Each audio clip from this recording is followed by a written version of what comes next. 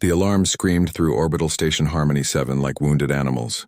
Red lights flashed in every corridor, making the metal walls look like they were bleeding. Station Chief Velthar stood in the control room, his 4 hands trembling as he watched the emergency screen. A Velkari transport ship was dying in space, smoke pouring from its engines. "Get them to the medical bay," Velthar ordered. His voice shook. He had never dealt with predators before. The Quillen people were prey. They had been prey for millions of years. Every instinct in his body told him to run. The Velkari ship docked with a horrible grinding sound. The airlock opened and adult Velkari stumbled out. They were tall, covered in dark fur with sharp teeth and claws. The station's security team wore full armor and carried stun weapons. They surrounded the Velkari adults immediately. "Medical bay now," the security commander barked. "Quarantine protocols." The adult Velkari were too weak to argue. Engine radiation had made them sick. They needed treatment fast. Security pushed them toward the medical section. Everything happened so quickly. Too quickly. In the chaos, nobody noticed 2 small shapes slip away from the group. Kira pressed her body against the cold wall. Her brother Mako held her hand tight. They were lost. The station was huge and nothing looked familiar. Every alien they saw ran away screaming. Kira did not understand. She was only 8 years old. Mako was 6. They just wanted their parents. "Kira, I'm scared," Mako whispered. His ears were flat against his head. "We need to find Mom and Dad," Kira said. She tried to sound brave, but her voice cracked. They walked through the corridor. The lights were too bright. Everything smelled wrong. Strange aliens stared at them with wide, terrified eyes. Then the screaming started. A group of civilians saw the cubs and panicked. They scattered in every direction. One alien dropped their shopping bags and ran into a wall. Another one triggered an emergency alarm. The sound was so loud that Kira covered her ears and whimpered. "Predator cubs loose in Sector 7, a voice announced over the speakers. "All civilians evacuate immediately. Security team respond." Heavy boots thundered through the corridor. 6 security officers appeared, all wearing helmets and body armor. They carried long poles with energy loops at the end. "Capture weapons, stay back," Kira growled. She stepped in front of Mako. Her small fangs showed. "They're threatening us," one officer said. His voice sounded scared through the helmet speaker. "They're children," another officer said quietly. This one was younger. His name tag said Ensign Choi Dae-ho. "They're predators," the first officer snapped. "Move in, carefully." The officers formed a circle around the cubs. Kira and Mako backed against the wall. There was nowhere to go. Mako started crying. The sound made the officers nervous. One of them activated his capture pole. The energy loop hummed. "Please," Kira said in broken universal language. "Want mother? Want father? Secure them now," a new voice commanded. Station Chief Velthar had arrived. He stayed far back, his forearms crossed over his chest. "Maximum security containment. We cannot risk civilian safety." The capture loops came down. Kira tried to dodge, but the energy field caught her arm. Pain shot through her body. She screamed. Mako jumped at the officer holding his sister. His small claws scraped uselessly against the armor. "Subject 2 is aggressive," an officer reported. Deploying second restraint, they caught Mako too. The cubs struggled and cried. The energy loops burned their fur. One officer pulled too hard and Kira's arm twisted at a bad angle. She yelped in pain. Ensign Dae-ho stepped forward. "Sir, maybe we should—" "Follow orders, Ensign," Velthar snapped. They dragged the cubs through the corridor. Kira and Mako fought and screamed the whole way. Their cries echoed off the metal walls. Civilians watched from doorways, some looking frightened, others looking sad. Nobody helped. The cubs were being pulled past the main docking area when new voices joined the noise. What the hell is going on here? Captain Lee Hyun had just stepped off his ship. He was tall for a human with short dark hair and serious eyes. Next to him stood Dr. Park Ji-won, a woman with her hair tied back and a data pad in her hands. They had just arrived for a routine trading meeting. They stopped and stared at the scene in front of them. 2 small aliens were being dragged across the floor by armored security. The little ones were crying. One had blood on her fur where the restraint had cut her. They looked terrified. Hyun's expression changed. Ji-won's mouth fell open. "Those are children," Ji-won said softly. Kira saw the humans and something in her chest loosened just a little. These aliens did not smell like prey. They smelled like hunters. Like her own people. Different but similar. She did not know why that made her feel safer. "Help," she managed to say in universal language. "Please help." Hyun looked at Ji-won. She nodded. They both stepped forward at the same time. "Stop," Hyun said. His voice was not loud, but it carried command. Years of being a ship captain had taught him that tone. "Stop right now." The security officers froze. Humans were classified as deathworlders. Everyone knew that. Earth was a terrifying place full of poison and predators, and humans had survived it all. Nobody wanted to anger a deathworlder. Station Chief Velthar rushed forward. "Captain Hyun, this does not concern you." "These are dangerous. They're babies," Hyun interrupted. He walked closer to the cubs. The security officers backed away slightly. "Look at them. They're what, 7, 8 years old?" 6 and 8, Ji-won said. She was reading something on her datapad. Velkari cubs. Omnivorous predator species, but highly intelligent and social. They're scared, not aggressive. They showed teeth, Velthar argued. They threatened my officers. They're defending themselves because your officers are hurting them, Hyun said. His voice got quieter, which somehow made it more frightening. That one is bleeding. Everyone looked at Kira's arm. Blood matted her fur where the energy loop had burned her. Meko pressed against his sister, his whole body shaking. Ensign Deho stepped back from the cubs.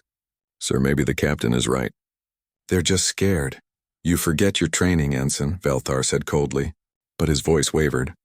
He looked at the cubs again. They did look very small and very frightened.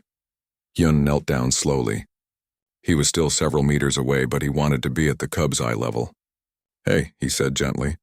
"Hey, it's okay. Nobody's going to hurt you anymore." Kira stared at him. Her growling stopped. This alien's eyes were forward-facing like hers. Hunter's eyes. But they were kind. She had never seen a prey species with kind eyes before.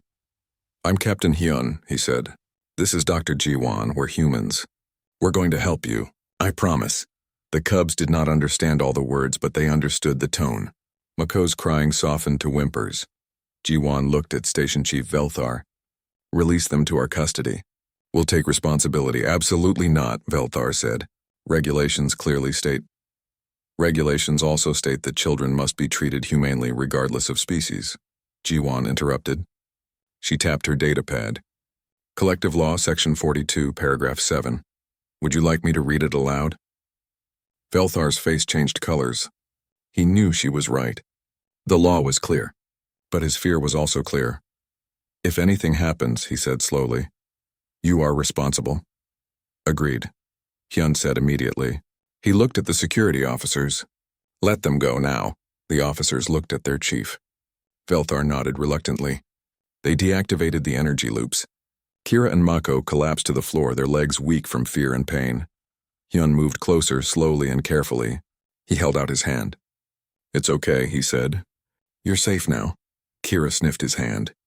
He smelled like ship fuel and coffee and something else. Something warm. She looked into his eyes for a long moment. Then very slowly she put her small paw in his hand. Mako grabbed onto Ji-won's leg and would not let go. The humans looked at each other. They had just adopted 2 alien predator cubs. Neither of them had planned for this when they woke up that morning. But as Hyun felt the small paw trembling in his hand, he knew they had made the right choice. The walk to the docking bay felt like it took forever. Captain Hyun held Kira's paw gently while Dr. Ji-won carried Mako. The little cub had buried his face in her shoulder and refused to look up. His small body still shook with leftover fear. Behind them, Station Chief Velthar followed at a distance with 2 security officers. He was not happy about this arrangement. Every few seconds he muttered something about regulations and safety protocols. Hyun ignored him. "Almost there," Hyun said quietly to Kira. "Our ship is safe. Nobody will hurt you there." Kira looked up at him. Her golden eyes were wet with tears, but she was not crying anymore. "Mother?" she asked. "Father?" "We'll find them," Hyun promised. "As soon as we get you somewhere safe, we'll contact them." They reached the docking area where Hyun's ship waited. The vessel was called the Morning Star. It was not very big, but it was comfortable. Hyun had been captain for 12 years, and the ship felt more like home than anywhere else. The airlock opened and they stepped inside. The air smelled like human things. Metal and cleaning supplies and the weird coffee that Hyun drank too much of. Kira sniffed the air. It was different from the station, but not scary different. Commander Han, we have guests, Hyun called out. A woman appeared from the bridge. Commander Han Minji was Hyun's first officer. She was short and tough with sharp eyes that missed nothing. She stopped when she saw the cubs. Captain, she said slowly. Are those Velkari children? Long story, Hyun said. We need medical supplies and food. Also, can you get Sung-ho to set up the guest quarters? Minji stared for another moment. Then she nodded. She had worked with Hyun long enough to trust his judgment. If he brought alien predator cubs on board, he had a good reason. On it, they took the cubs to the medical bay. It was small but clean. Ji-won set Mako down on one of the beds while Hyun helped Kira sit on another. The cubs stayed close together, their eyes darting around the room. Let me look at that arm, Ji-won said gently to Kira. She pulled out a scanner and ran it over the burn mark. It's not too bad.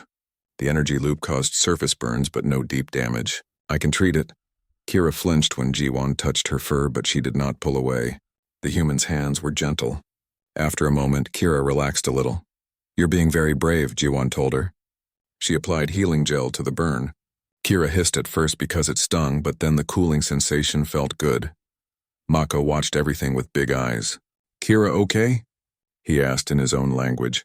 Hyun did not understand the words, but he understood the meaning. Your sister is fine, he said. Dr. Ji-won is making her better. Minji returned with food supplies. She set several containers on the table. I wasn't sure what they eat, so I brought options. We have protein bars, dried fruit, some of that jerky you like, and water. Kira's nose twitched. She smelled the jerky. Her stomach growled loudly. Hungry? Hyun asked. He opened the container and held out a piece. It's earth food. Dried meat. It's safe, I promise. Kira took it carefully. She sniffed it for a long time. Then she took a tiny bite. Her ears perked up. It was good. She ate the whole piece quickly and looked at Hyun hopefully. He laughed and gave her another piece. Take it easy. Your stomach needs to adjust. Mako got brave and tried some too. Soon both cubs were eating. They still looked scared, but less scared than before. Food made everything a little better. Tech specialist Yoon Seung-ho appeared in the doorway. He was young and energetic with messy hair and grease stains on his uniform. Commander Han said you need communication equipment set up. We need to contact their parents, Hyun explained. The adult Velkari are in the station medical bay. Can you connect us? Give me 10 minutes, Seung-ho said. He looked at the cubs and smiled. Hey, little ones. I'm going to help you talk to your mom and dad, okay? The cubs did not understand his words, but they understood his friendly tone. Mako's tail twitched a little. Not a happy wag yet, but not pressed against his leg in fear either.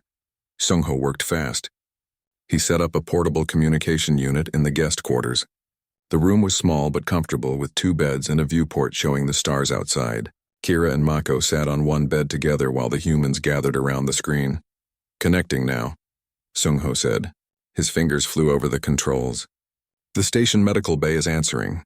The screen flickered. Then a face appeared. It was an adult Velkari female. She looked tired and sick, but when she saw the cubs, her eyes went wide. Kira. Mako, she cried out, Mama! Both cubs screamed at the same time. They jumped at the screen, pawing at it, trying to reach through. When they realized they could not touch her, they started crying again. The mother Velkari was crying too. She spoke rapidly in her own language.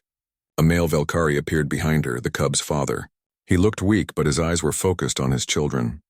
Hyun felt something tight in his chest. He had to look away for a moment. Ji-won stepped closer to the screen. She spoke in universal language. My name is Dr. Park Ji-won. Your children are safe. They're with us on the human ship Morning Star. They were frightened, but they're not hurt badly.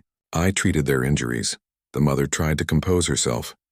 She spoke in broken universal language. Thank you. Thank you so much.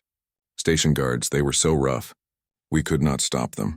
Engine failure, everything happened so fast. How are you and the other adults? Ji-won asked. Sick from radiation, but we will recover, the father said. His voice was deep and tired. The doctors here are helping us. But we were so worried about cubs. Nobody would tell us where they went. They're with us now, Hyun said. He put his hand on Kira's shoulder. We'll take care of them until you're well enough to be reunited. I give you my word. The parents looked at each other. Then they looked at Hyun for a long moment, reading him, judging whether to trust him. Finally, the mother nodded. You are predators too, she said. I can see it in your eyes. You understand cubs? Not like prey species. They only see fangs and fear. I understand, Hyun said simply. They let the cubs talk to their parents for a long time. The cubs told them everything in their own language. The scary station, the mean guards, the pain from the capture loops, and then the nice humans who helped them. The parents listened and asked questions and reassured their children that everything would be okay. When the call finally ended, both cubs were exhausted. Mako fell asleep almost immediately.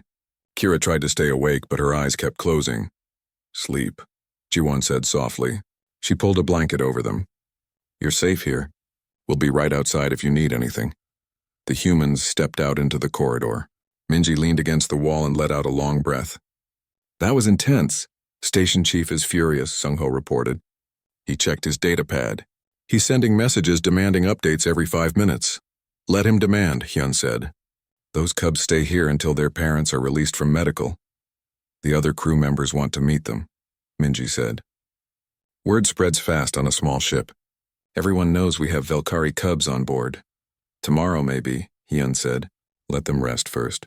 They've been through enough today. That night Hyun could not sleep. He lay in his quarters staring at the ceiling. He kept thinking about Kira's small paw in his hand, about the terror in her eyes when security dragged her across the floor, about her mother's face on the screen so grateful and so scared. His door chimed. Come in, he called. Jiwon entered. She looked like she could not sleep either. I keep thinking about them, she admitted. Me too, Hyun said. The station would have locked them in a cage, Jiwon said quietly. They would have treated them like animals. All because they're predators, I know. We did the right thing. I know that too. They sat in silence for a moment.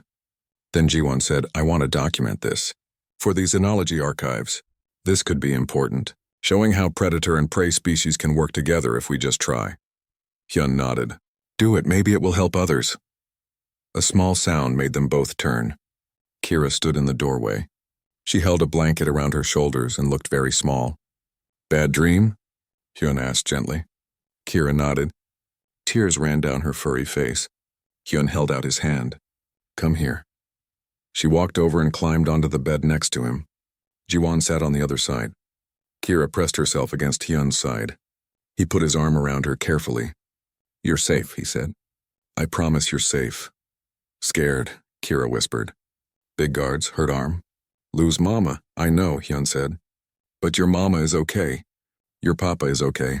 And you're okay. Sometimes scary things happen, but they pass. And then you're stronger after. Kira did not understand all the words, but she understood the tone, the warmth. She closed her eyes and listened to his heartbeat. It was steady and calm. After a while, her breathing slowed. Jiwon watched them.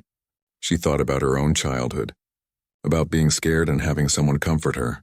It did not matter what species you were. Fear felt the same. Comfort felt the same. Love felt the same. Stay? Kira asked sleepily. I'll stay, Hyun promised. Right here all night.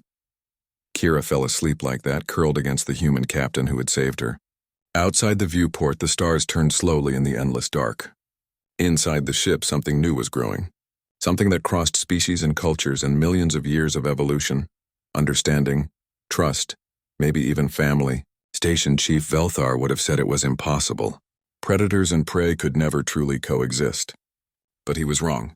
And in the morning, everyone would start to see just how wrong he was. Aim slowly on the station. There was no real sunrise in space, but the lights gradually brightened to match Earth's day cycle. Captain Hyun woke up with a stiff neck and a small Velkari cub sleeping on his chest. Kira had her paws tucked under her chin and was snoring softly. He smiled despite the discomfort. Very carefully, he moved her back onto the bed without waking her. She mumbled something in her sleep and curled into a ball. Hyun covered her with the blanket and quietly left the room. In the galley, he found the rest of his crew already gathered. Commander Minji was drinking coffee. Tech Specialist Seung-ho was eating breakfast and checking his datapad. Dr. Jiwon sat at the table with medical notes spread out in front of her. Morning, Hyun said. How's our other guest? Mako woke up an hour ago, Jiwon reported. He was scared when he didn't see Kira, so I brought him here. He's in the observation room watching the stars. Hyun poured himself coffee. Station Chief sent any more messages? 17 since last night, Sung-ho said with a grin. Each one more demanding than the last. He wants a full report on the cubs' behavior. He wants to know our security measures. He wants daily updates. Tell him the cubs are fine and we'll update him when we feel like it, Hyun said. Minji laughed. I already did. He didn't like that answer. The door to the observation room opened and Mako peeked out. When he saw the humans, he relaxed a little. He walked into the galley slowly, his tail low but not tucked. Good morning, Mako, Ji-won said warmly. Are you hungry? The cub nodded. Ji-won had prepared some food earlier. She set a plate in front of him with protein strips and fruit. Mako ate it carefully, watching the humans the whole time. Sung-ho pulled out a datapad. I was thinking we could teach them some basic universal language. It would make communication easier. Good idea, Hyun agreed. Start simple. Basic words and phrases. Kira appeared a few minutes later. She looked embarrassed. Sorry, sleep on you. Hyun's eyebrows went up. Your universal language is getting better already. Mama teach before, Kira explained. But scared? Forget words. You're doing great, Hyun assured her. After breakfast, Sung-ho started the language lessons. He used pictures and simple words. The cubs learned quickly. They were smart and eager to communicate. Within an hour, they could ask for food, water, and bathroom. They could say thank you and please. Impressive, Ji-won noted. Valkyrie children develop language skills much faster than human children. Around midday, Hyun's door chimed. It was Ensign Choi Daeho from station security. He stood in the corridor looking uncomfortable. Ensign, Hyun said. What can I do for you? Daeho shifted his weight. I came to apologize. For yesterday. The way we handled the situation was wrong. Hyun stepped back. Come in. They walked to the common area. The cubs were there with Ji-won, working on drawing pictures. Mako had found colored pencils and was happily sketching.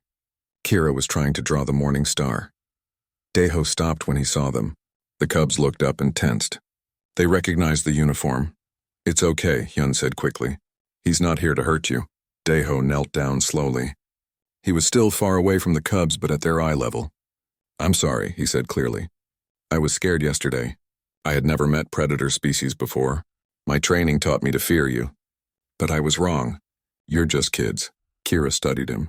Then she held up her drawing. Ship, she said. Human ship. Safe here. Daeho looked at the drawing. His eyes got wet. Yes, safe here. I'm glad. Mako pushed his drawing across the table. It showed several figures. 2 small Valkyrie cubs, 2 larger Valkyrie adults, and several humans. They were all holding hands or paws. All together. Family, Mako said proudly. That's beautiful, Daeho said softly. He looked at Hyun. The station is talking about this. About what you did. Not everyone agrees with the chief's fear. Some of us think things need to change. Change is hard, Hyun said. But necessary, Daeho replied. He stood up. I should go. But thank you for showing us a better way. After he left, Minji came in from the bridge. Captain, we have a situation. Not a bad situation, but a situation. What kind? There are about 30 station civilians outside our docking bay. They want to meet the cubs, Hyun frowned. Is this safe? I checked them all, Minji said. No weapons. Sung-ho hacked the station security cameras. They're not hostile. They're just curious. Some of them brought gifts. Hyun looked at Ji-won. She shrugged. The cubs need to interact with others eventually. We can control the situation. Small groups at a time. What do you think? Hyun asked the cubs directly. Kira and Mako looked at each other. They had a silent conversation the way siblings do. Finally, Kira said, Okay, but you stay? We'll stay, Hyun promised. They set up in the cargo bay. It was the largest space on the ship. Minji brought in chairs. Sung-ho set up safety barriers just in case. Ji-won prepared medical supplies, but Hyun hoped they would not need them. The first group came in. 5 civilians, all prey species. They moved nervously. One of them was a mother with 2 young children. The children hid behind their mother's legs. Thank you for coming, Hyun said. These are Kira and Mako. They're staying with us temporarily. Kira waved shyly. Mako pressed against his sister's side. The mother stepped forward. My name is Telani. These are my children, Pip and Nira. We wanted to meet you, to show my children that fear is not always necessary. Her children peeked out. They looked at the Valkyrie cubs with big eyes. Pip whispered, Are they going to eat us? No, Tilani said firmly. They're children just like you. They eat food like you. They play like you. They're not monsters. Mako held up his drawing. Look, family picture. The young prey species children crept closer. They looked at the drawing. Nira pointed at the figures. That's you? And those are humans? Yes, Mako said. Humans nice. Save us, Pip looked at his mother. Can we show them our game? Tilani hesitated. Then she nodded. If they want to. The children pulled out a simple ball. It was a station game where you tossed the ball and tried to catch it. Pip rolled it toward Mako. Want to play? Mako looked at Hyun. Hyun nodded encouragement. Mako picked up the ball carefully and rolled it back. His claws did not puncture it. He was being very gentle. Soon all 4 children were playing together. The adults watched in amazement. The prey species children forgot to be afraid.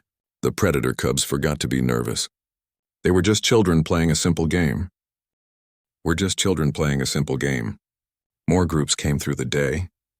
A teacher who worked at the station school, some merchants who traded with various species, a group of engineers, an elderly diplomat who had seen many worlds. Each group brought small gifts, toys, snacks, books with pictures. One engineer brought a puzzle that made lights and sounds. Kira loved it immediately. The elderly diplomat stayed the longest. His name was Ambassador Rin Sola. He watched the cubs with wise old eyes. This is historic, he said to Hyun. Do you understand what you're doing here? Babysitting? Hyun said with a tired smile. Changing minds, Rin Sola corrected. Harmony 7 has strict separation between predator and prey species. We've maintained it for 50 years. In one day, you've shown everyone that separation is unnecessary fear. I'm just helping some kids, Hyun said. Sometimes that's all it takes, the ambassador replied. One act of compassion, one moment of courage. It ripples outward. By evening, the cubs were exhausted but happy. They had met dozens of aliens. Most had been kind. A few had still looked scared, but nobody had been cruel. It was progress. Jiwon set up another video call with their parents. The cubs excitedly told them about their day, about the children they played with, about the gifts they received, about how the humans let them meet friendly aliens. Their mother listened with tears in her eyes. You are being so brave, she told them. Your father and I are so proud. When come home? Kira asked. Soon, their father promised. The doctors say 2 more days. Then we can be together again. After the call ended, both cubs were quiet. Reality was setting in. In 2 days, they would leave the Morning Star. They would leave the humans who had saved them. Sad, Mako said softly. Don't want to go. We'll visit, Jiwon promised. And you can call us any time. We're friends now. Friends don't really say goodbye. Friends, Kira repeated. She liked that word. That night, both cubs wanted to sleep in Hyun's quarters again. He did not argue. They piled into his bed together. Kira on one side, Mako on the other. 2 small predators who had been so scared just 1 day ago. Now they felt safe. Tell story? Mako asked. Earth story? Hyun thought for a moment. Then he began telling them about Earth, about oceans and mountains, about forest full of trees, about animals that flew and swam and ran. The cubs listened with wonder, imagining a whole planet they had never seen. Earth sound nice, Kira said sleepily. Maybe visit someday? Maybe, Hyun said. You'd like it there. Lots of space to run and play. You come visit us? Mako asked. Our home planet? I'd like that, Hyun said honestly. Outside, station life continued. But inside the Morning Star, something special was growing. Bonds that crossed species, understanding that defied instinct, and hope that maybe, just maybe, the galaxy could be a kinder place than everyone thought. Station Chief Velthar sat in his office reviewing reports. Dozens of civilians had visited the human ship. Not one incident, not one moment of violence. The cubs had been gentle and kind. He looked at his computer screen for a long time. Then he did something he rarely did. He admitted he might have been wrong. 3 days had passed since the cubs came aboard the Morning Star. The ship's routine had changed completely. Every morning started with Kira and Mako bouncing into the galley asking for breakfast. Every afternoon included language lessons with Shungo. Every evening ended with story time in Captain Hyun's quarters. The crew had stopped thinking of them as temporary guests. They were just part of the family now. On the morning of day 4, Medical Officer Nam Jihye arrived from the station. She was a calm woman with gentle hands and a warm smile. She carried a medical bag and looked very official. "Captain Hyun," she said with a small bow. "Station Medical has asked me to perform health checks on the Valkyrie cubs. Standard protocol for any children in civilian care." "Of course," Hyun said. He called the cubs over. "Kira, Mako, this is Dr. Nam. She's going to make sure you're healthy." The cubs eyed her nervously. They had bad memories of station personnel. But Jihi moved slowly and spoke softly. "I'm not going to hurt you," she promised. "I just need to check your hearts and lungs and make sure you're eating well. It will be very quick." She examined Mako first. He was the shyer one, but he let her listen to his heart with a strange device. She checked his eyes and ears and teeth. She weighed him and measured him. She said, frowning slightly. "What's wrong?" Ji-won asked immediately. "He's underweight," Ji-hye explained. "About 15% below healthy for his age. Kira too, I suspect." She examined Kira next and confirmed it. Both cubs were malnourished. "It's from the emergency evacuation," Ji-hye said. "The adult Valkyrie told us there was no time to grab proper supplies when their ship failed. They've been running on survival rations for almost 2 weeks. Not enough for growing cubs." "What do they need?" Hyun asked. Ji consulted her datapad. "High protein, certain minerals, and specific nutrients found in their native diet. I've spoken with the Valkyrie medical staff. They're sending over proper food supplies today." She looked at the cubs kindly. "You're going to start feeling much better soon. More energy, stronger bones, healthier fur." "Thank you, doctor," Hyun said. After Ji-hye left, Hyun felt guilty. He should have noticed the cubs were too thin. He should have asked more questions about their diet. "Don't blame yourself," Ji-won said, reading his mind. "You saved them. You kept them safe. That's what mattered most." The Valkyrie food supplies arrived that afternoon. Strange meats and vegetables and things that looked like nuts but smelled like fish. Kira and Mako sniffed everything with excitement. "Real food," Kira exclaimed. "Like home." They ate with genuine enthusiasm. Within an hour, both cubs were more energetic than the humans had ever seen them. They ran through the ship corridors playing tag. They climbed on furniture. They laughed and wrestled like normal children. "They were so quiet before," Minji observed. "I thought that was just their personality." "They were too weak to play," Ji-won said sadly. "They've been surviving, not living." That evening, Seung-ho set up another video call with the cubs' parents. But this time there was more good news. "The doctors are releasing us tomorrow," their mother announced. Her voice was strong again. The radiation sickness had passed. "The Valkyrie ship is repaired. We'll be able to take our cubs home." The cubs cheered. They jumped around excitedly. But then Kira stopped. Her ears drooped. "Leave humans?" she asked quietly. "Yes, little one," her father said gently. "It's time to go home." Mako's tail fell. "Don't want to leave." Their parents exchanged looks. "We know you love the humans," their mother said. "They saved you. They cared for you. We are so grateful. But our home is waiting." After the call, both cubs were sad. They sat in the observation room staring at the stars without speaking. Hyun found them there an hour later. "Hey," he said softly. He sat down between them. "Talk to me." "Happy to see Mama and Papa," Kira said. "But sad to leave you." "We're sad too," Hyun admitted. "You've become important to us." "To all of us. Can we come back?" Mako asked. His golden eyes were wet with tears. "Any time you want," Hyun promised. "We'll give you our communication codes. You can call us whenever you want. And when you're older, if you want to visit, we'll come get you. Promise?" Kira pressed. "I promise," Hyun said. He pulled both cubs into a hug. They pressed against him, their small bodies warm and trusting. Outside the viewport, the stars watched silently. The next morning came too quickly. The Valkyrie ship was ready. The adult Valkyrie had been cleared by medical. It was time for the reunion. The humans brought the cubs to the main docking area. A crowd had gathered. Word had spread throughout the station that the Predator cubs were leaving. People wanted to see them one last time. The cubs wore new clothes that Minji had found for them, simple jumpsuits that fit their small frames. Kira carried the light puzzle that the engineer had given her.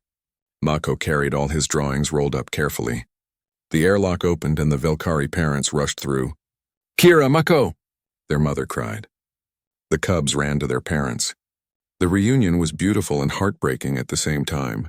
The parents held their children close, touching their faces, checking them over, crying with relief. The cubs buried their faces in their parents' fur and held on tight. The father looked up at Hyun. His eyes were full of emotion. He spoke in universal language. You saved our children. There are no words big enough to thank you. You don't need to thank us, Hyun said. Anyone would have done the same. No, the mother said firmly. Not anyone. Most species on this station wanted to lock them away. You saw children first. Predator or prey did not matter to you. That is rare. That is precious. She reached into her bag and pulled out something small. It was a pendant made of dark metal with a symbol carved into it. This is a Velkari family mark. It means you are pack. You are kin. If you ever need us for anything, you call. We will come. All of our people will come. She placed the pendant in Hyun's hand. He looked at it, surprised and moved. An elderly Velkari stepped forward. He was tall and dignified with silver fur around his muzzle. I am Elder Koran, he said. I speak for all Velkari on this ship. What you did will not be forgotten. We propose formal alliance between Velkari people and humanity. Trade agreements. Cultural exchange. Friendship between our worlds. Hyun blinked. I'm just a merchant captain. I don't have authority to make those agreements. Then we will speak to those who do, Elder Koran said with a smile. But it started here, with one human who showed compassion to frightened cubs. Ambassador Rin Sola stepped forward from the crowd. The Collective Council would support such an alliance.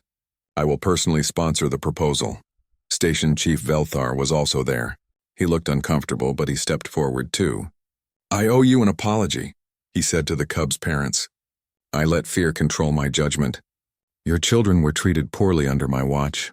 It will not happen again. The Velkari mother studied him for a long moment. Then she nodded. Fear is natural, but courage is choosing compassion despite fear. Thank you for learning. The cubs hugged each human crew member goodbye. They clung to Jiwon and cried. They made Seungho promise to send them new games. They told Minji she gave the best head scratches. They saved Hyun for last. Don't forget us, Kira whispered. Never, Hyun said. His voice was rough with emotion. You're stuck with me now. I'm your human.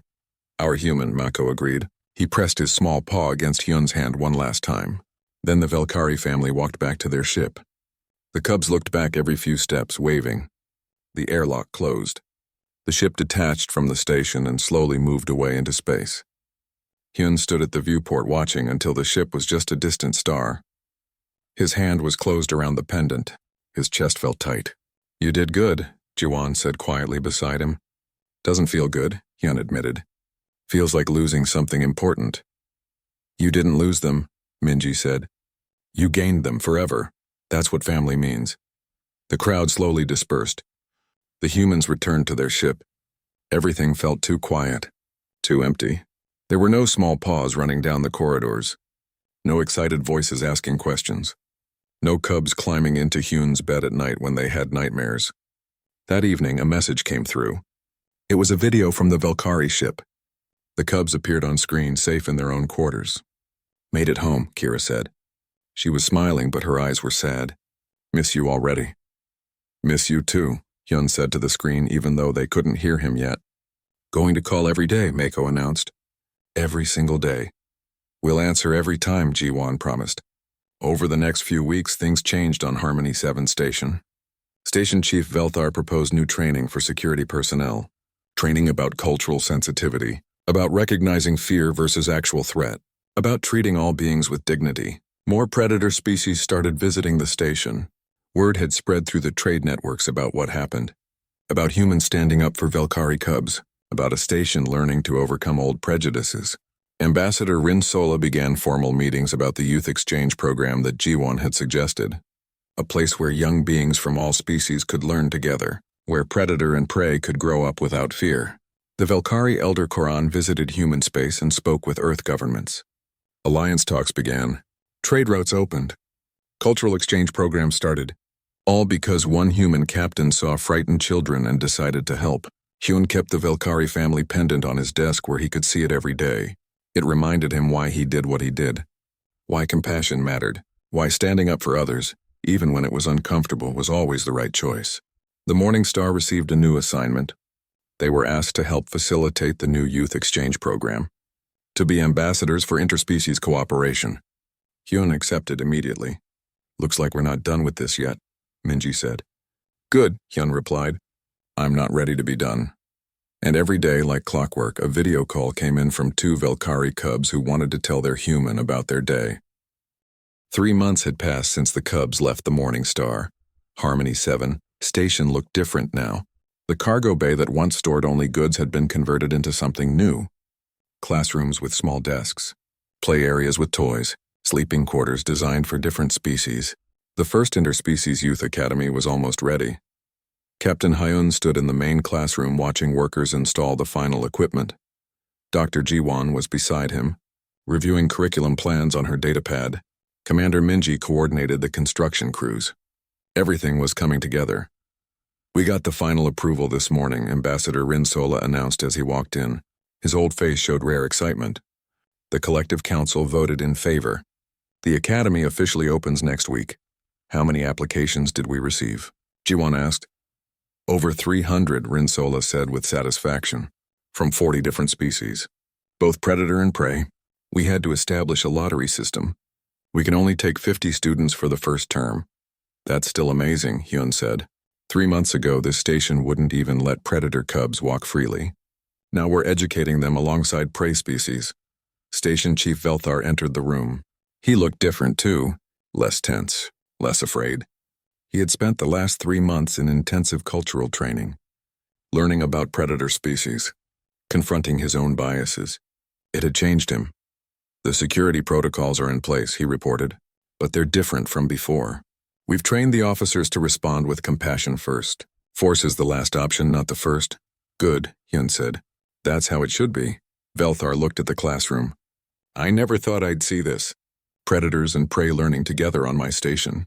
I was so certain it would end in disaster. Fear makes us certain of many wrong things, Rinsola said gently. I'm grateful you proved me wrong, Velthar admitted. Tech specialist Seung-ho rushed in, his hair messy as always. They're here. The first ship just docked. Everyone hurried to the docking bay.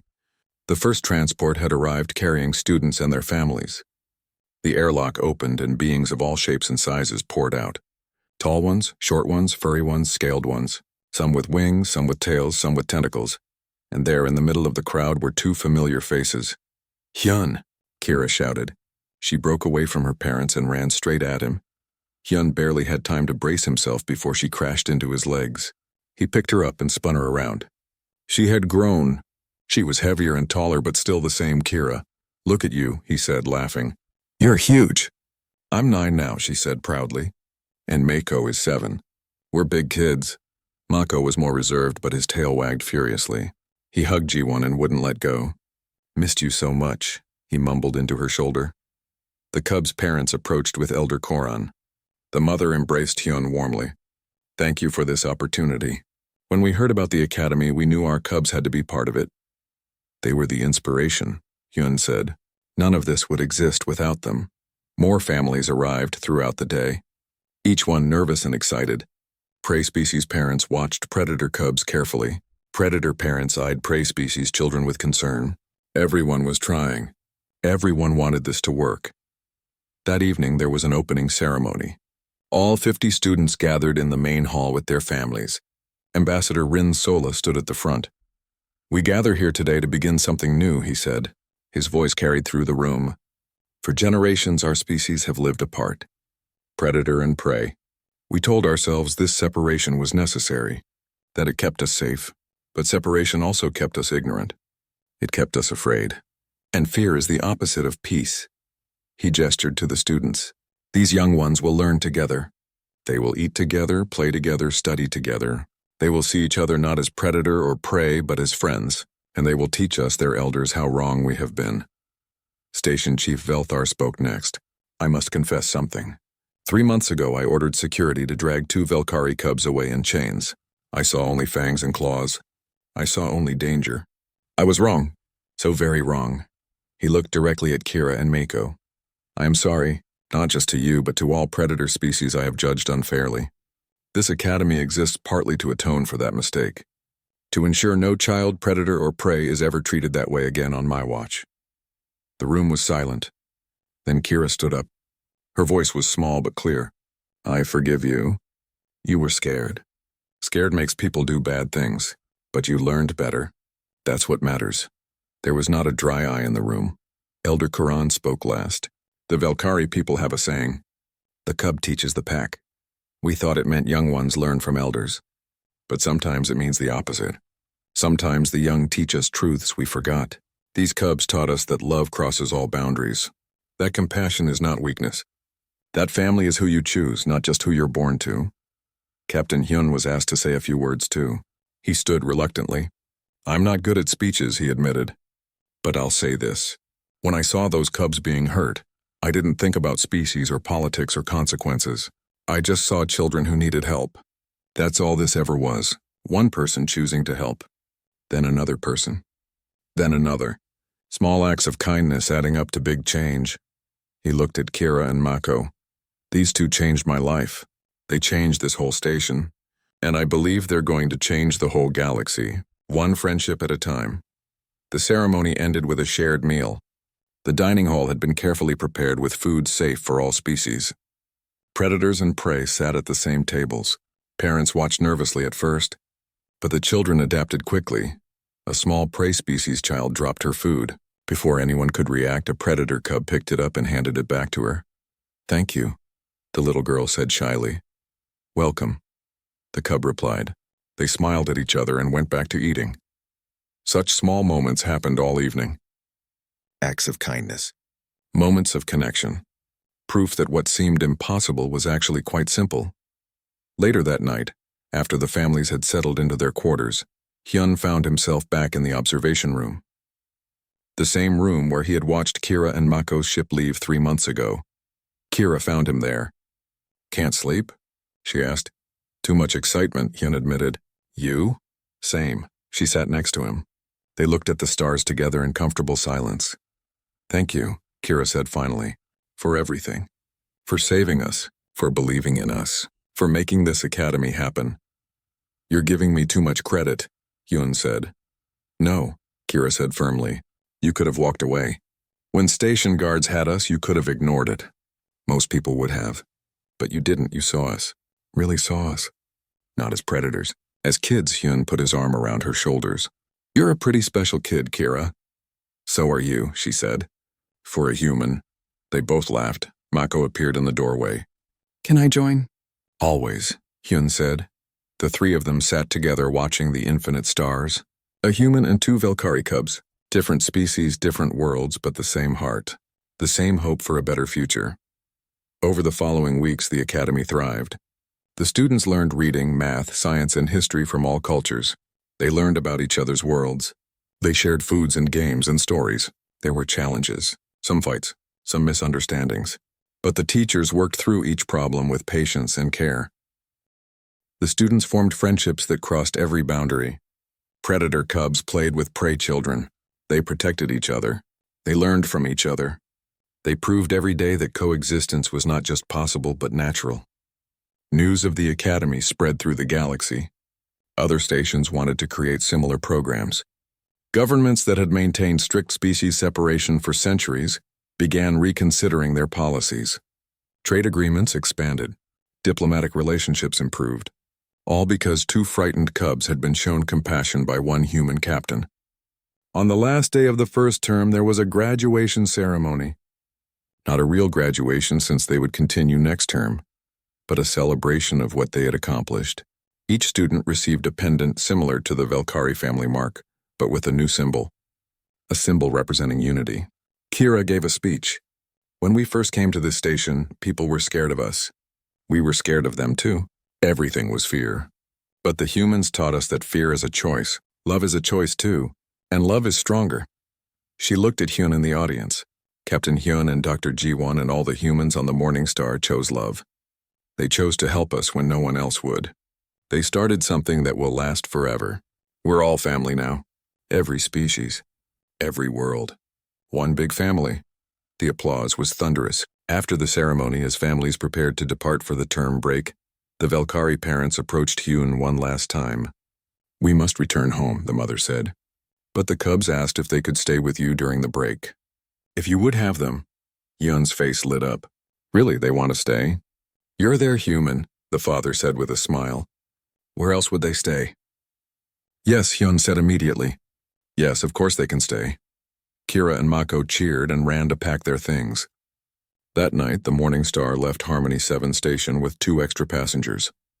2 Velkari cubs who had started as refugees and become family. They sat in the observation room telling Hyun about everything they had learned. About their new friends. About their dreams for the future. I want to be a teacher, Kira announced. At the academy. I want to help other cubs who are scared. I want to be an explorer, Mako said. Visit all the different worlds. Draw pictures of everything. You can be anything you want, Hyun told them. The galaxy is open now. No more walls between species. No more fear keeping us apart. Dr. Jiwon entered with hot drinks for everyone. Where should we go first? She asked. We have 3 weeks before next term starts. Earth, Kira said immediately. Want to see the oceans and mountains? Want to see where humans come from? Earth it is, Hyun agreed. As the Morning Star jumped into hyperspace, heading toward the blue-green planet where humanity was born, Hyun thought about everything that had changed. 3 months ago he had been a simple merchant captain. Now he was an ambassador, a teacher, a father figure to 2 alien cubs. He touched the pendant around his neck, the Velkari family mark, but it represented something bigger now. Family that chose each other. Species that built bridges instead of walls. A future where children of all kinds could play together without fear. Station Chief Velthar watched the Morning Star disappear from the station sensors. He sat in his office working on new policies, new training programs, new ways to make Harmony 7 truly live up to its name. On his desk sat a picture. The first day of the academy. 50 students from dozens of species all smiling together. In the front row, 2 Velkari cubs holding hands with a group of prey species children, all of them happy, all of them safe. He kept the picture where he could see it every day. A reminder that change was possible, that fear could be overcome, that sometimes the bravest thing you could do was admit you were wrong and try to do better. Ambassador Rinsola presented the Youth Academy program to the Collective Council. They approved funding for 10 more academies across the galaxy.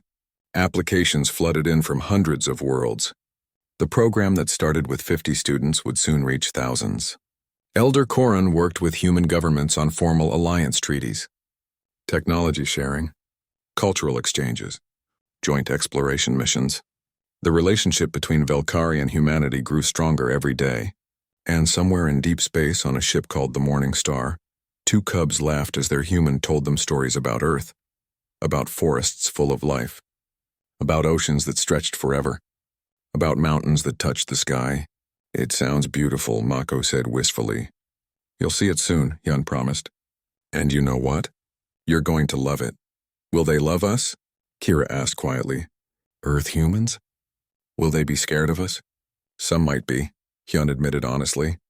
But we'll show them what I learned. That fear is just the absence of understanding, and understanding starts with one person choosing to see another person. Really see them beyond all the things that make them different. You saw us, Mako said softly.